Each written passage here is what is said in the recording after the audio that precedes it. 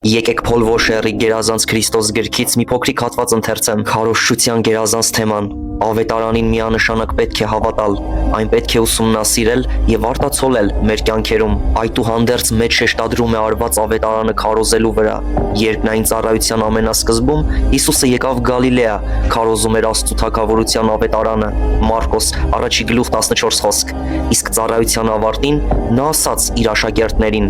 Գնացեք բոլոր աշխարհը, ավետարանը քարոզեք ամեն արարածի։ Մարկոս 16:15 խոսք։ Գործք առաքելոցում շատ վկայություններ կան այն մասին, որ առաքյալները եւ առաջին եկեղեցին հասկանում էին Տիրոջ խոսքը ու հնազանդվում էին դրան։ Քարոզչությունը նրանց գերազանց ծառայությունն էր, իսկ ավետարանը նրանց գերազանց թեման։ Նրանք բառացիորեն նվիրվել էին աղոթքին եւ խոսքի պաշտամունքին։ Գործք առաքելոց 6-րդ գլուխ 4-րդ խոսք։ Չէին շեղվում այդ սուրբ առաջադրանքից, նույնիսկ երբ այլ բաների իրական կարիք էր առաջացնում,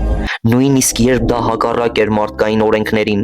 երբ դրա պատճառով խարազանվում էին, ծեծվում, կապվում, շղթայվում, քարկոծվում եւ սրով սպանվում։ Ավետարանի քարոզչության առաջնայնությունը շարունակում է բացահայտվել եկեղեցու ամենանշանավոր միսիոների Պողոս առաքյալի կողմից։ Ավետարանն էր այն ուղերձը, որ նա մատուցում էր որպես առաջնային կարևորության պատգամ։ Ակորնթացի 15:3 խոսք։ Անկախ այն բանից, թե ինչպիսին էին մշակութային պահանջները, ինչպիսին էր մարդկանց մտածելակերպը, Պողոսը չէր տրվում նրանց խնդրանքներին, փոխարենը տալով նրանց Աստծուց նշանակված միակ բուժումը։ Նա Կորինթոսի եկեղեցուն գրել է. հրեաները նշան են ուզում եւ հույները իմաստություն են խնդրում։ Մենք էլ քարոզում ենք խաչյալ Քրիստոսը,